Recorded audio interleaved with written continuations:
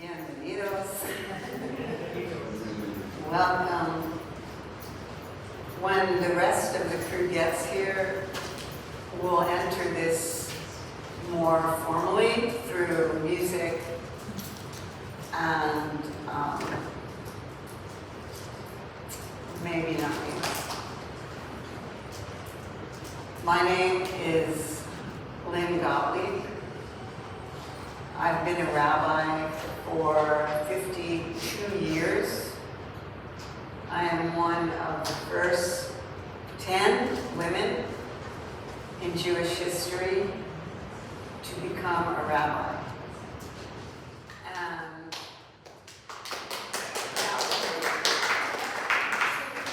through no intention of my own, really. And there are so many people to thank in the journey, pilgrimage that has been my life. Since we are sitting here in Nahalat Shalom, this is the name that I gave to this community. I wanted to call it Inheritance of Peace. Come on in, yes. Because Nahalat is both water and inheritance, and it merges this idea that Mayim Chayim, water is life, and we need water to live, and communities grow up around water. And because we're so close to the river, the great river, that is just a mile away, walking distance away. Because we are sitting here, I want to acknowledge that I have history here. It's not long history, but I was conceived here in Ogeowinge. My parents were on their honeymoon, and my Uncle Dick was, as a gay man, he was fleeing where he came from, and he was driving on Route 66 and got caught in a snowstorm and was dug out of the snowstorm by some people in Ogeowinge, and he stayed there at San Juan Pueblo. And so my parents came to visit him. And because he was here, I was brought here many times as a child, and I got to experience the many culturas of New Mexico as a young child. And really, since that time, my heart was here. And I came back in 1980, I believe, because at that time people were still wanting to hear from a woman rabbi. Maybe not so much anymore. but there was still this interest, what does a woman have to say about anything? What does a woman rabbi have to say? And I've always felt a really deep pull to New Mexico,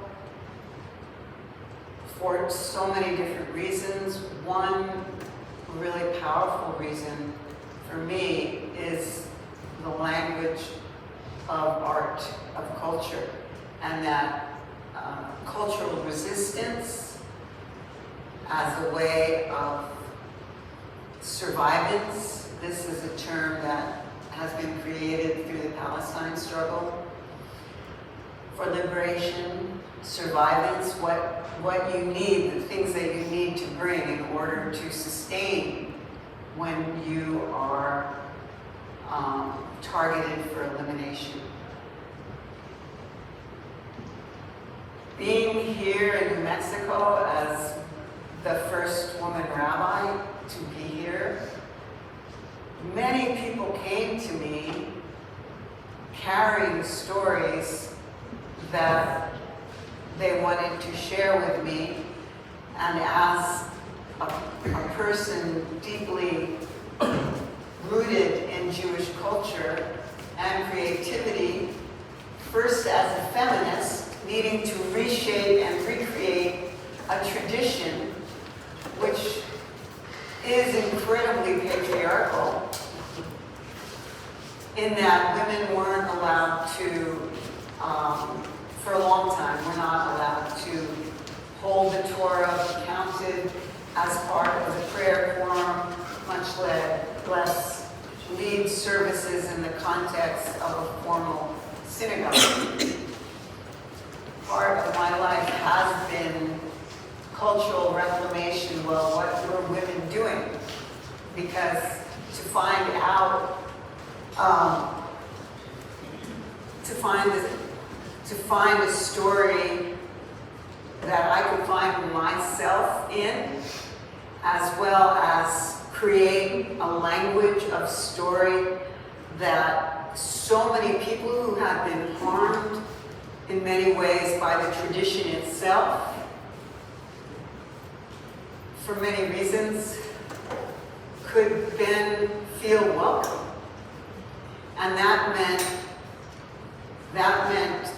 flipping the script and changing my approach to normative Jewish life of the 50s, when there's such a rush to assimilate, to be a white Jewish person, because whiteness carried privilege.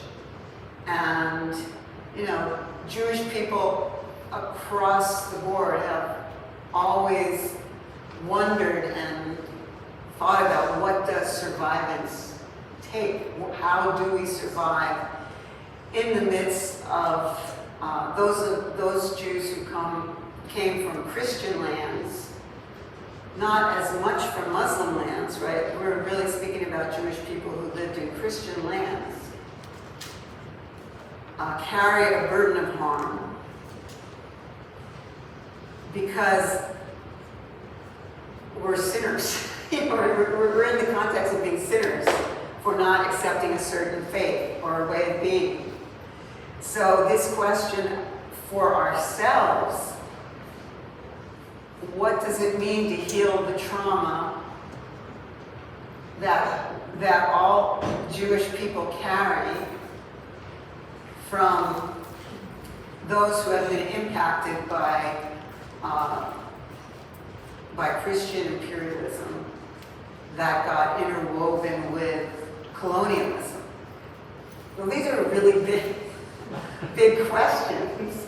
And for me, a lot of it was about creating story, prayer, lifting up music, sort of weaving together different cultural traditions within the community and finding ways of, at the very least, creating an environment of welcome. This congregation, Nahalat Shalom, is part of my reparative work. And I have many kind of pieces of that pie that have involved my life, including indigenous reclamation of tradition, the reclamation and welcome of Sephardic Jews living in New Mexico,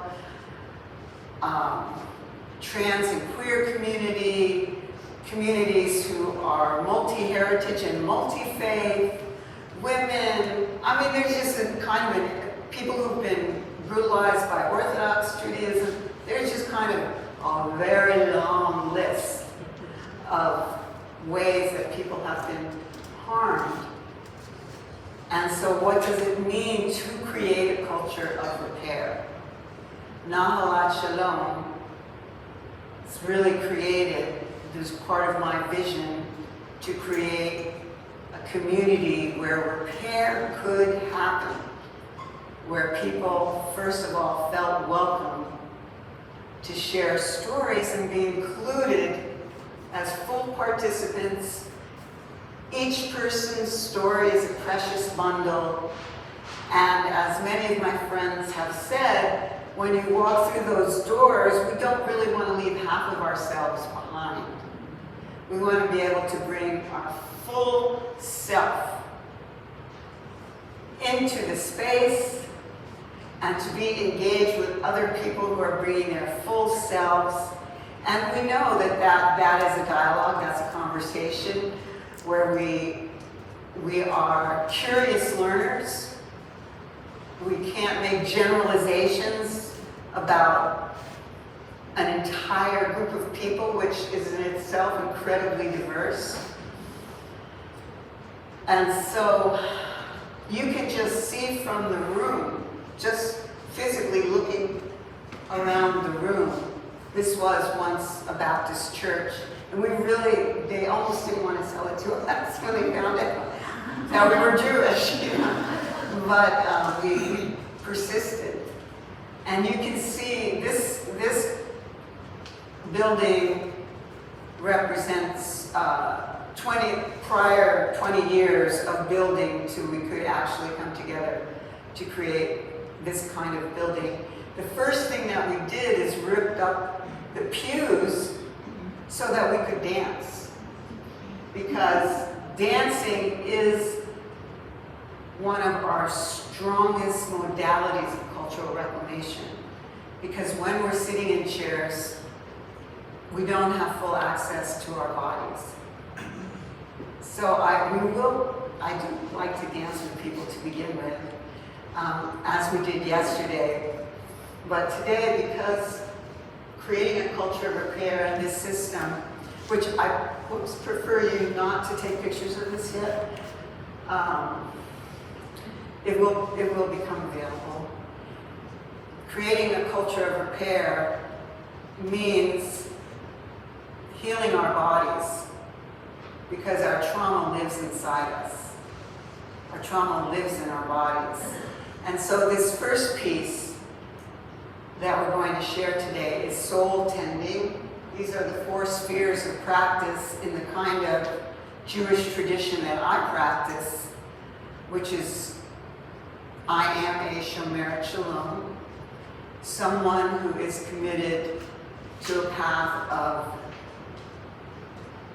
revolutionary Jewish nonviolence. And I say revolutionary because it is dissembling, it is a decolonial construct. It's a decolonial construct. And in that regard, I would like to thank so many of my teachers here on this land, Southwest Organizing Project, which has always been a great teacher for me, especially when I was first here when I first stepped into my rabbinic role here in 1980 or so. Indigenous peoples who've been trying to maintain the sacred their Torah, which is the beautiful stories on the black basalt on the river, and trying to stop the bridges from going through, and to create space where we can come together with all of our truth and our histories and find ways to carry what is beautiful in our past, to heal the traumas of the past, and to ask ourselves, what does it mean to create the world we want to see? What has to be repaired for that world to manifest? And in this way, we make ourselves present. So we're going to start with a simple prayer that we did yesterday at services, which is so beautiful. Thank you to everyone who came and participated. And this melody is a Middle Eastern melody. It's in a maqam. And what is for Jewish people who came here, who left Swana, Asia, because that big continent, that's the western end of Asia. Jewish people who left and then entered into Europe and then came here, carry makam, those sounds.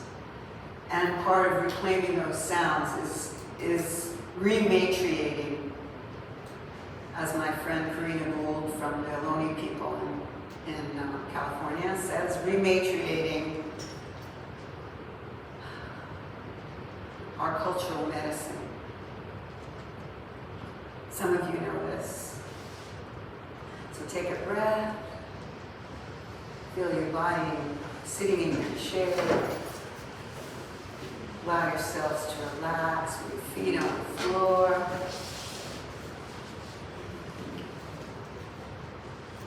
Presente.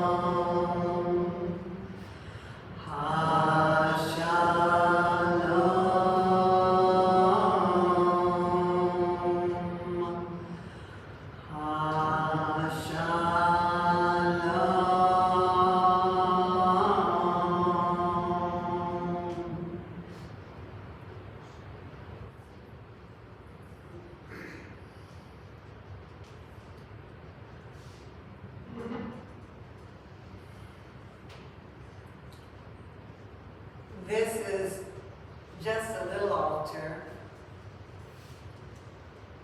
kind of ofrenda, dedicated to Palestine.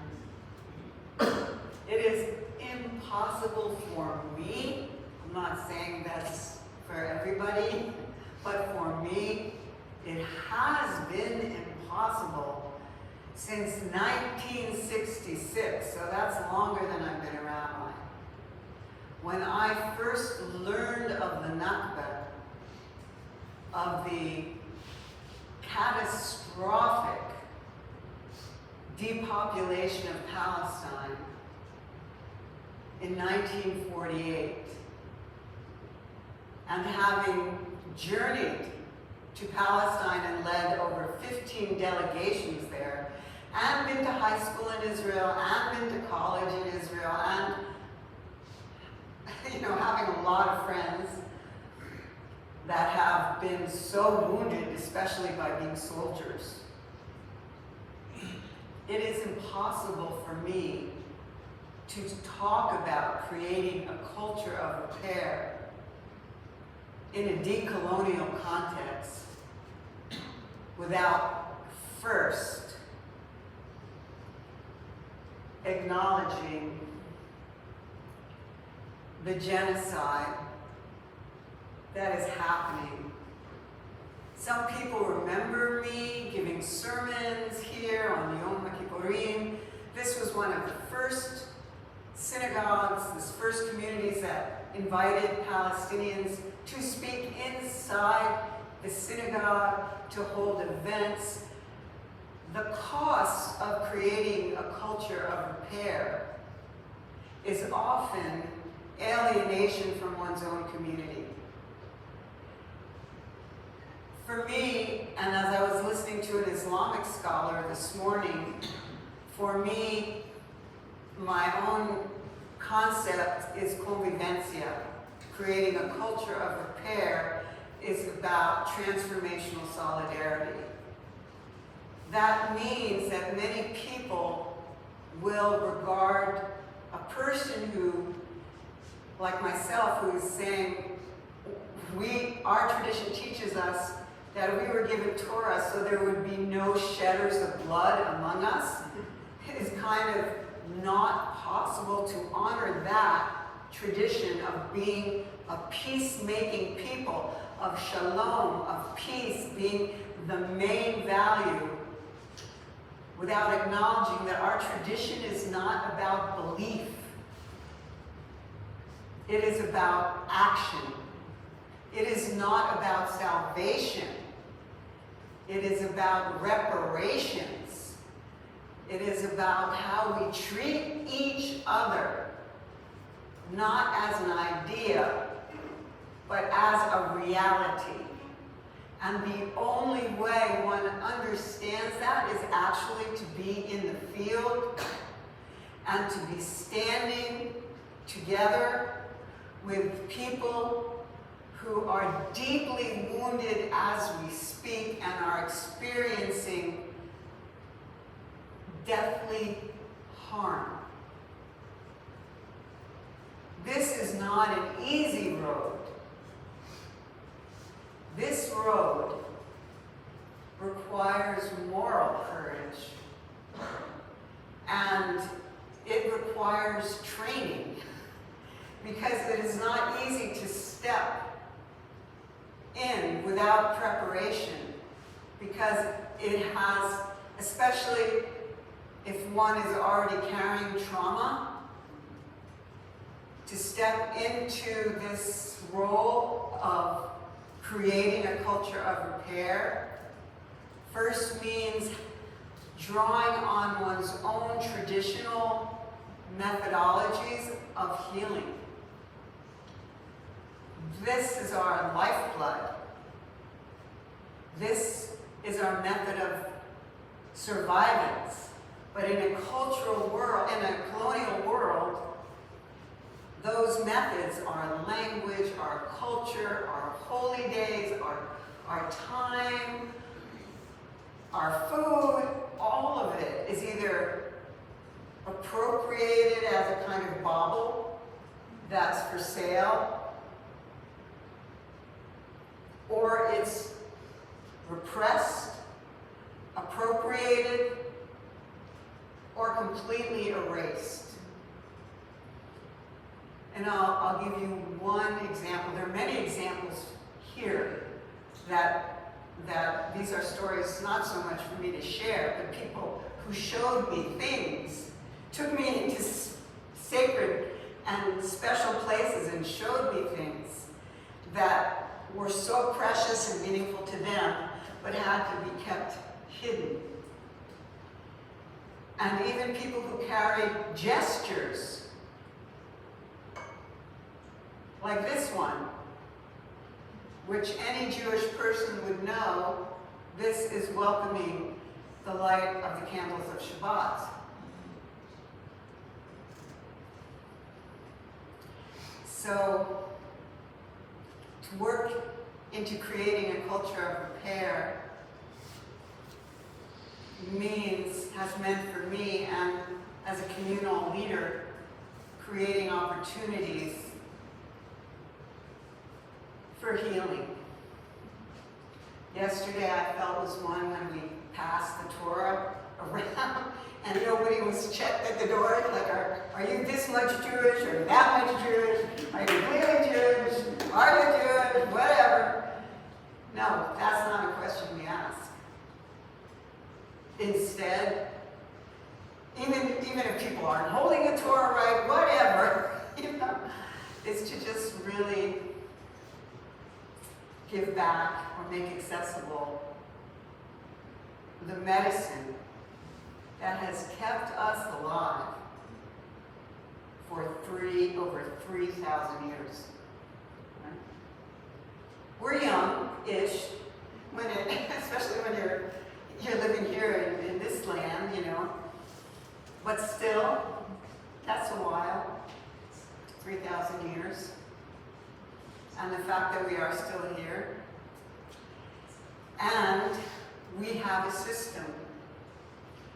First of all, we have a system of values that include we are all woven together. Many people say the Shema, God is one, and they go like this.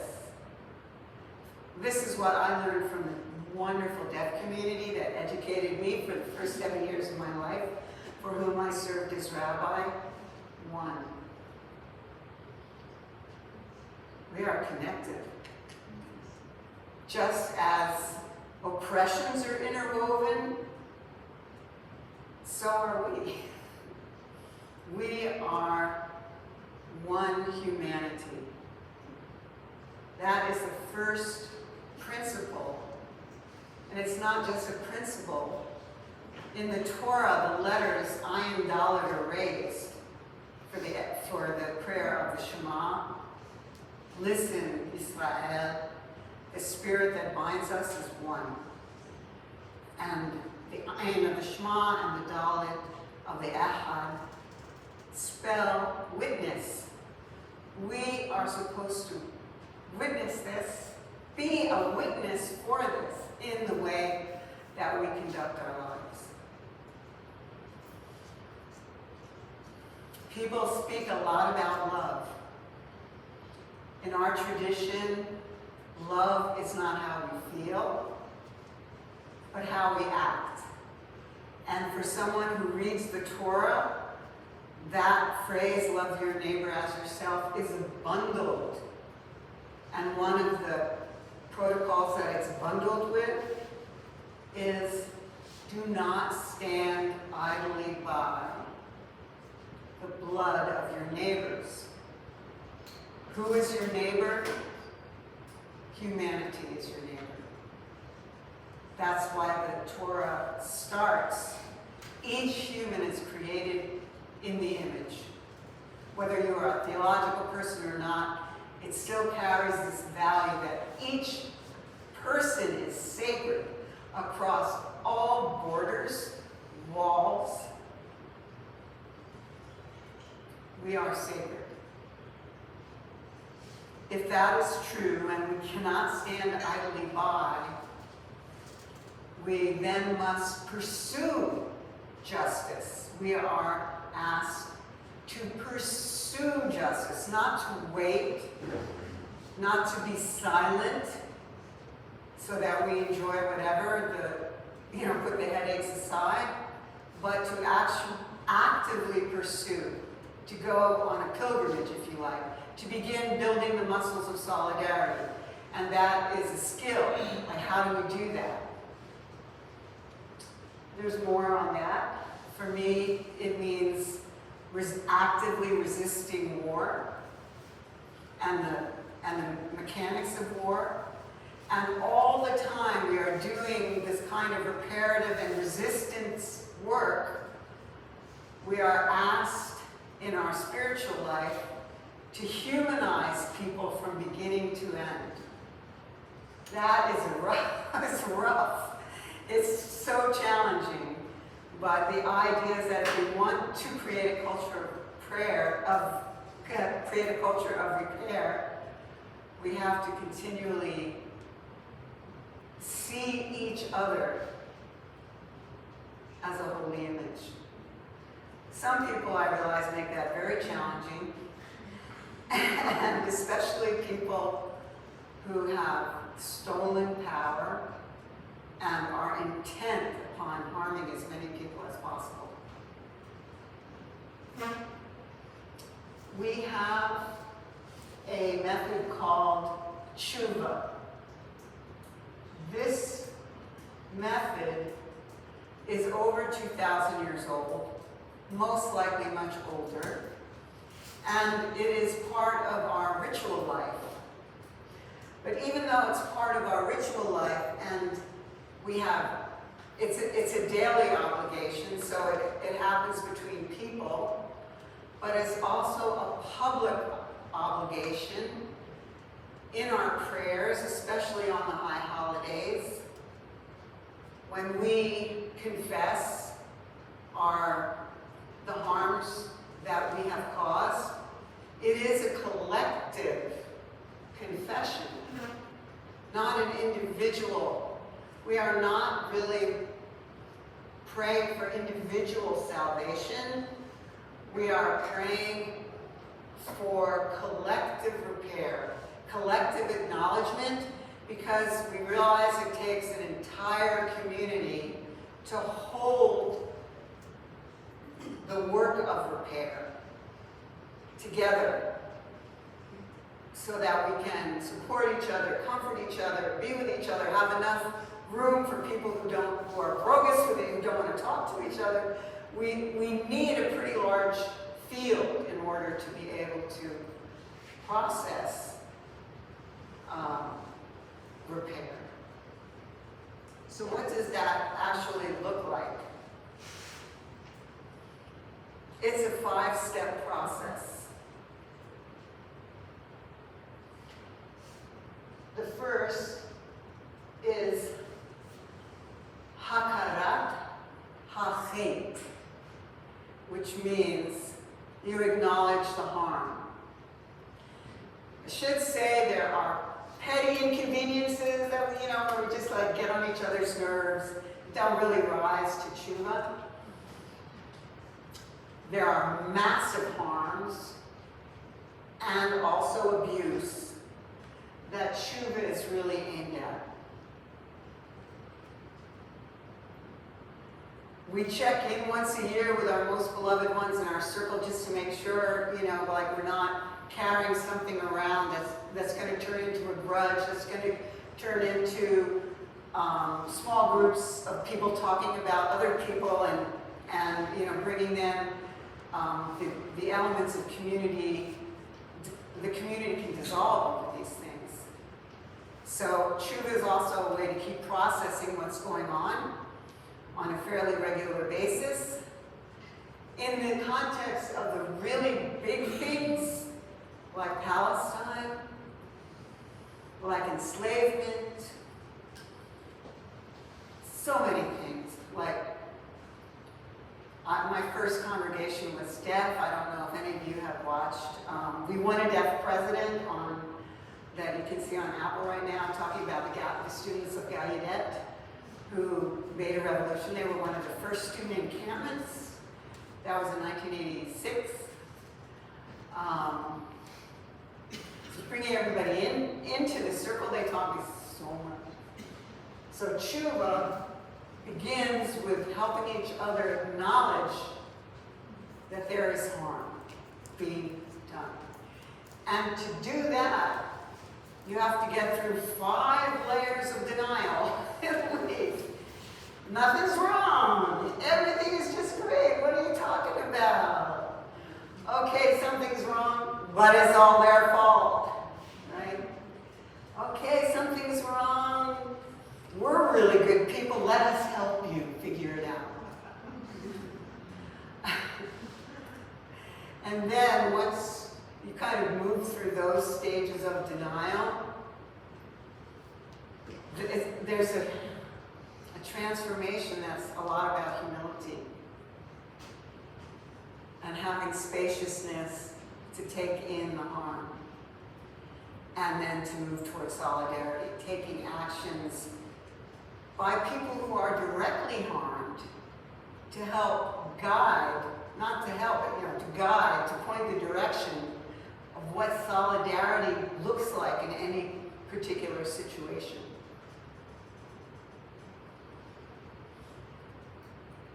That's Nahalat. And usually people need a lot of spiritual support for that. Charata, okay, your heart is broken, you're ready to be a solidarity activist with your own community, with all the intersecting communities, right? Because we are all bound together, and there's overlapping circles and all of that. But Harata asks the question, how are we accountable? What does accountability look like if we want to be in solidarity? How shall we be in solidarity? Because accountability means, and especially even looking at number 5, not repeating the harm. These are not really linear necessarily. We don't want to repeat harm. We don't want to add on to the harms, which we may, these things do happen. We're just human beings. But looking at and sitting in council together and reflecting on what accountability looks like, that is an example of that would, for instance, come from the conversation we had yesterday when people were sharing their stories. And then as we collectively listen to each other, we can begin to create for any one community what accountability could look like. So that we're on the side of the reparative side of the equation. And also, so repair includes also stop non-cooperation. Piece of accountability is non-cooperation. And this can be very difficult because you can lose friends over it. I can't go back to Israel right now. I can't. This is part of my accountability. Unless I'm invited by Palestinians who want me there, which has happened many times, I will not go back. That means I have basically surrendered my own personal enjoyment of the city of Jerusalem.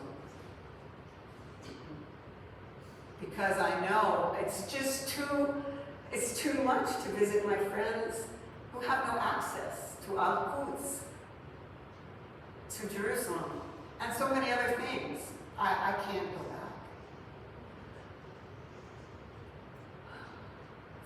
Let's say for spiritual pilgrimage or for spiritual motives.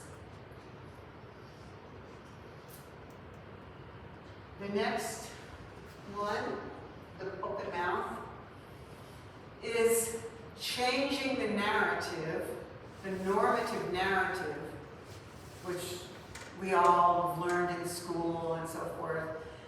The narrative of colonials, of patriarchal, of able-bodied, of all of straight people, all of these narratives which have shaped the way we move in the world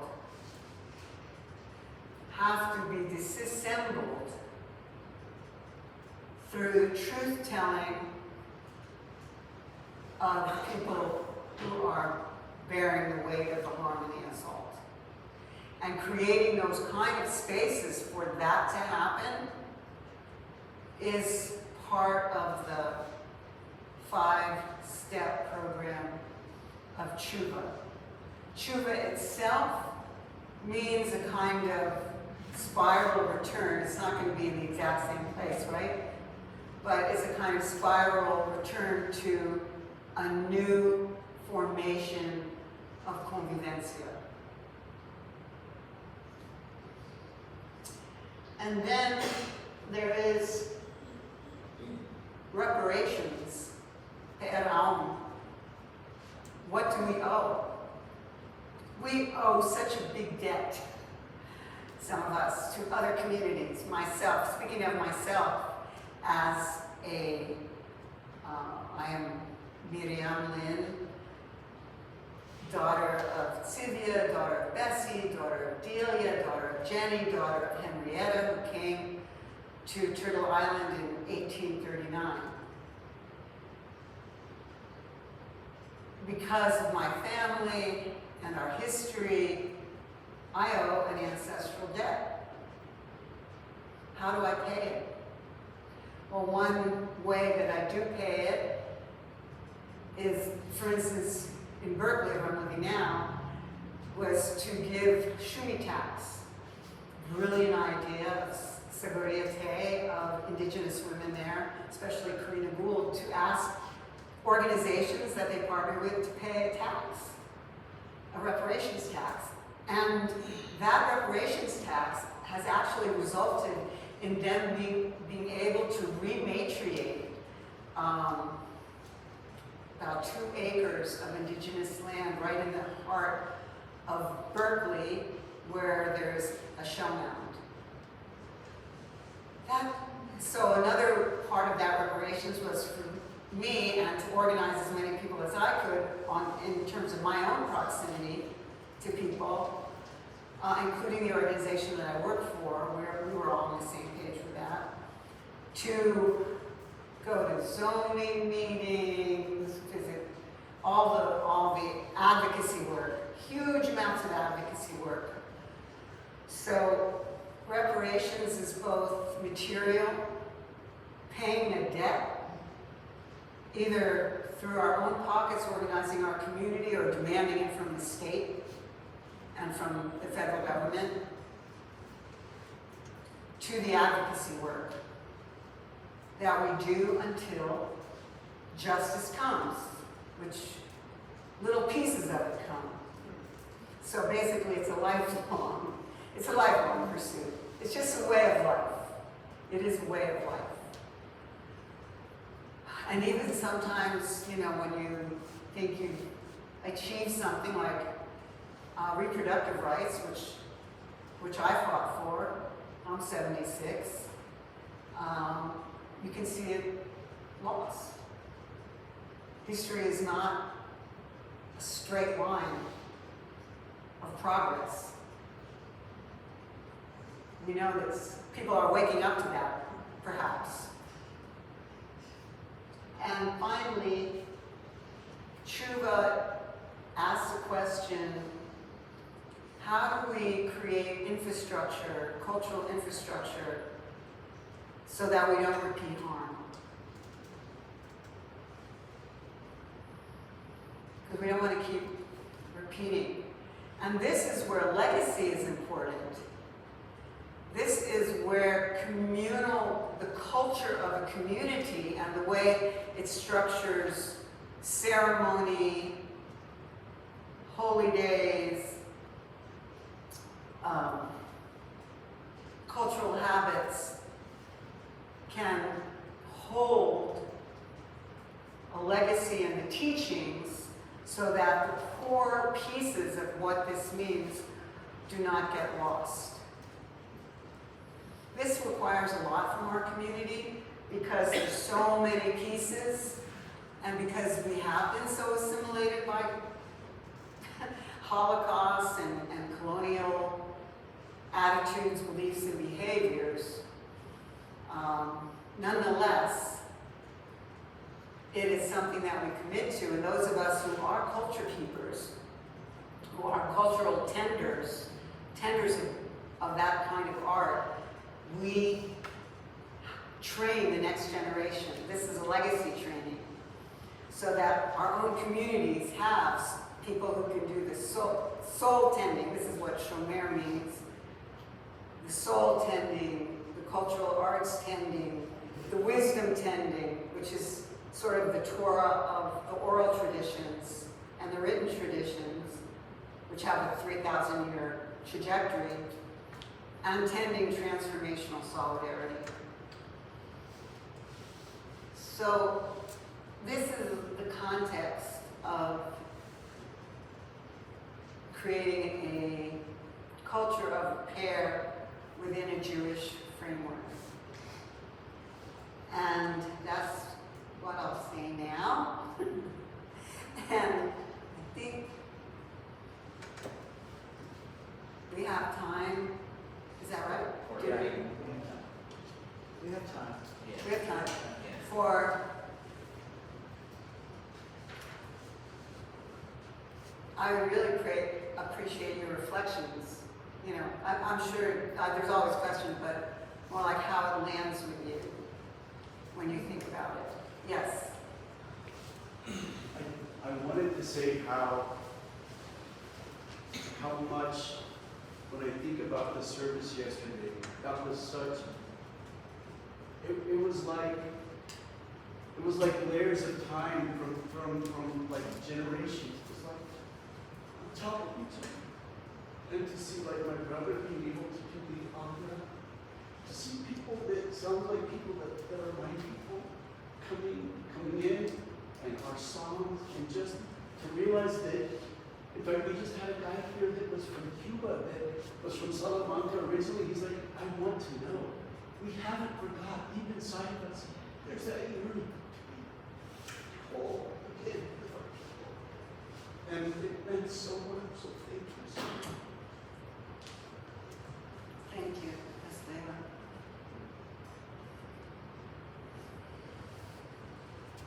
Well, how is this landing? Take a breath. Take a breath. Breathe it in. See if there's something that's rising inside you that your heart went somewhere. I just had a question, a phrase you used just towards the end there. When you talk about the challenge of creating cultural character, I guess at the start you talked about how it's very difficult for people who carry this trauma of harm, particularly Jewish people who come from Christians and that sort of thing. And then at the end, you have this phrase, Holocaust activists, or just a colonial Holocaust. I'm curious what you're referencing. People who are carrying the trauma of the show of the Holocaust, plus living in a colonial context, so like a double layers of things that interact.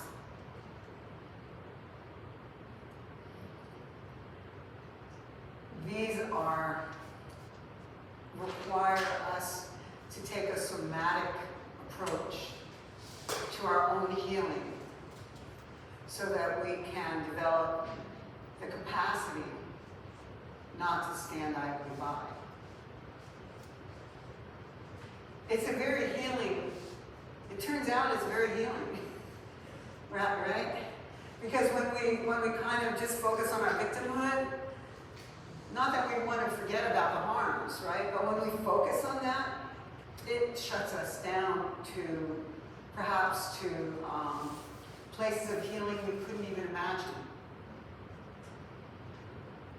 For me personally, being in a deaf community, in indigenous communities, in Black communities, in feminist communities, in Muslim, these are all incredibly healing modalities.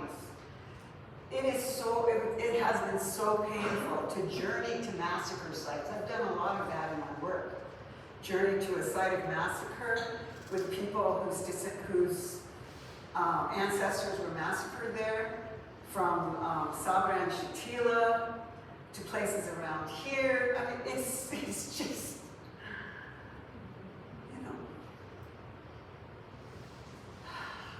I have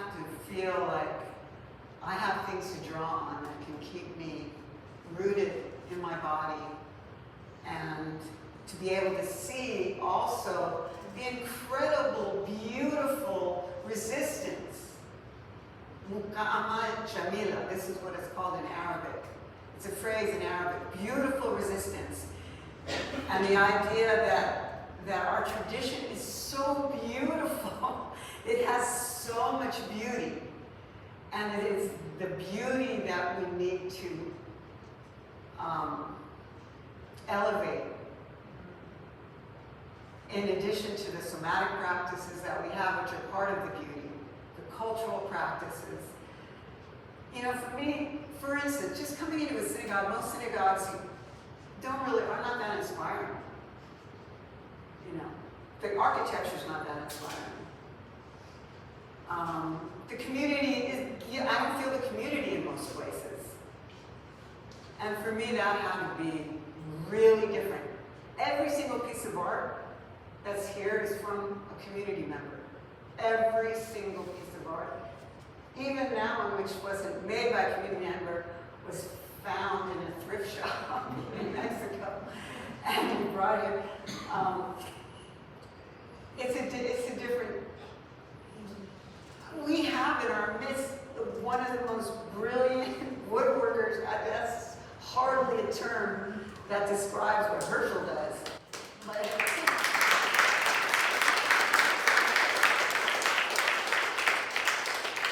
But to have, and when you go outside, please look up at the portico that's above you.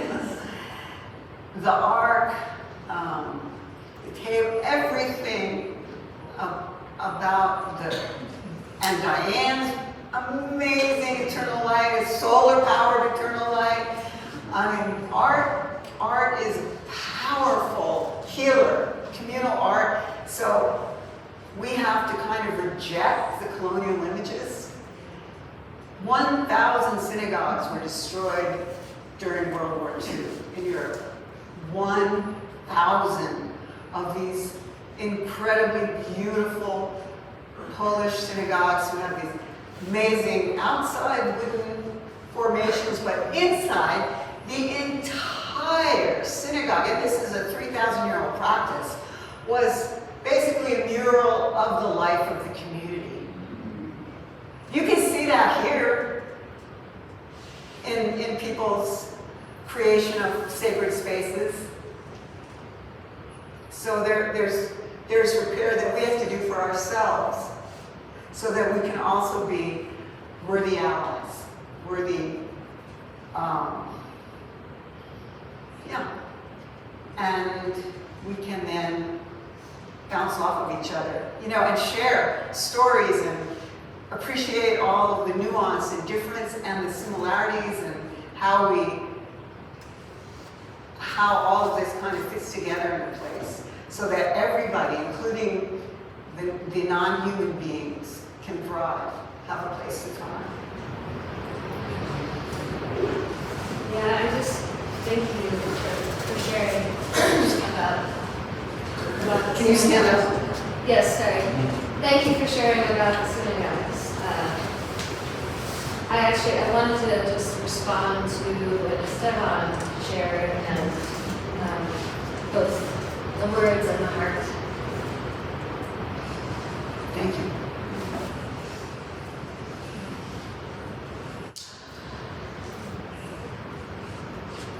If I can get that. Oh, Yeah, I just wanted to say that as an Ashkenazi Jewish person, we can't hear you. I'll stand up. Thank you. As an Ashkenazi Jew who grew up sometimes also as a minority in different spaces in my life, I share that desire to connect, and I just feel like there is, I want to bring power to the longing that is in all of our hearts, right? As a witness, to be witnessed and to be able to witness what we witnessed yesterday, what I witnessed as an Ashkenazi Jewish person, and just feeling so moved and just aligned with what occurred.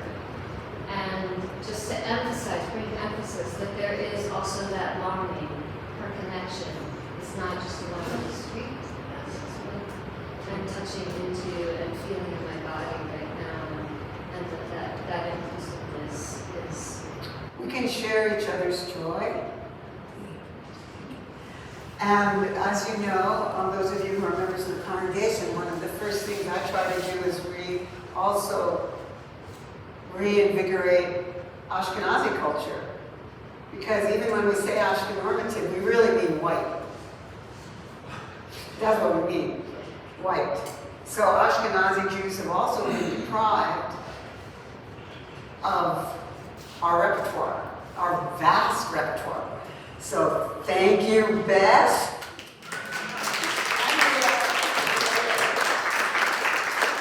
I'm Randy. And because cultural reclamation is not a workshop, cultural reclamation is 42 years of investment. We have invested in both Sephardic and Ashkenazi culture here for 42 years, 4 decades. So that is what I mean by this is a life path that is intergenerational and requires communities being present, and people only show up if they feel like they're, it's benefit. It has a positive. You get a positive experience. So that's part of the tshuva, our own tshuva, and our own healing, our own repair, is to bring all those things back to life that were murdered. When I started learning klezmer music, there was 1 or 2 people that knew klezmer dance on Turtle Island. I just wanted to say, I really was speaking about the repair that happened yesterday. Yes, I understand. Yeah. Yes. Yep. Yes. Oh, sorry. Hi. And this will be the last, and I want to say, unfortunately, I thought I was going to come with more, but I only have one book. Sorry. Which maybe I shouldn't even bother with. It's called Shalom, Replanting Seeds of Jewish Revolutionary Nonviolence. I wasn't planning on this, but in the last 8 months, all of a sudden there were a whole lot of people from all over the country that wanted to be ordained as in this renewed configuration of Jewish nonviolence. So I wrote this book for that. Yes. Yes, well, I just wanted to share with the group because I don't know. It's not really something I talk about or people have talked about with me. So I'm talking about it with all of you, is my daily sense of being re-traumatized. And I would just like, maybe we need a group here, I mean, we have a lot of groups or whatever, but I wanted to seek your wisdom, Rabbi Lynn, about when that comes up for us. What do we have, a mantra? What do we call on to not to be overwhelmed by the re-traumatization about being Jewish? What's going on? Turn off the news.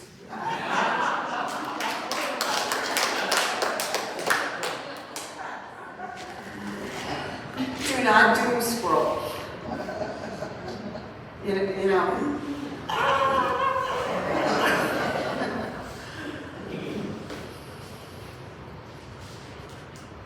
My own practice includes that. I light a candle in the morning. I call it my ner tamid. My ner tamid. I start with washing my hands on the Netilat Yadayim.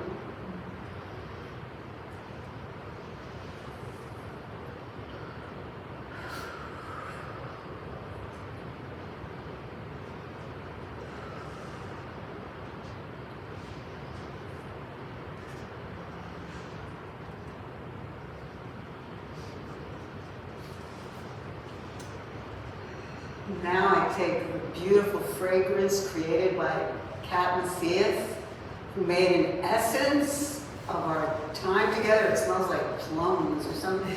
Fantastic aroma, but aroma is very important for me. I have all kinds of things. I will say it does include not stealing sage.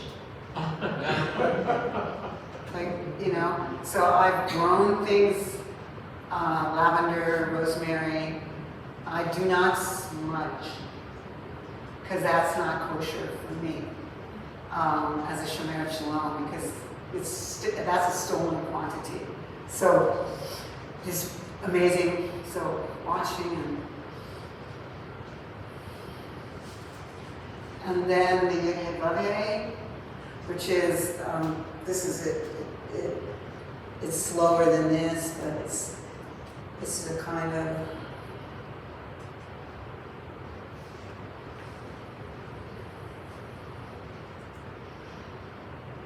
it's much slower than this.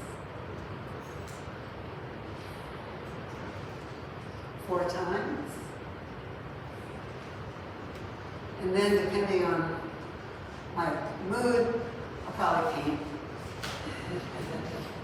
Take a walk, do the things that really give me joy before I move into the day. I realize many people work early. For me, that means waking up earlier, and probably, but I'm also older, so when I was running around after a dog and a kid, and an entire community, that would sometimes happen. Some of it would happen early in the morning, like 6, and then the rest would happen after I dropped everybody off.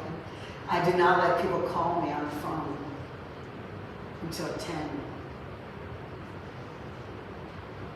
So however you organize your time, however you figure it out, let yourself be in a somatic practice. Scent, water, grounding, breath. As a pilgrimage person, another teacher, Thich Nhat Hanh, taught me how to do the peace walk. And that's part of the pilgrimage order of Shomer Shalom, is a daily practice of, even if it's just walking across the room and back, doesn't have, whatever you can do, it's just letting yourself breathe with every step you take, feeling the ground, imagining that each step there's a flower blooming underneath your foot. You just keep walking very slowly until you find your balance. It's really a lot about bringing yourself into the present. Yeah. And with that,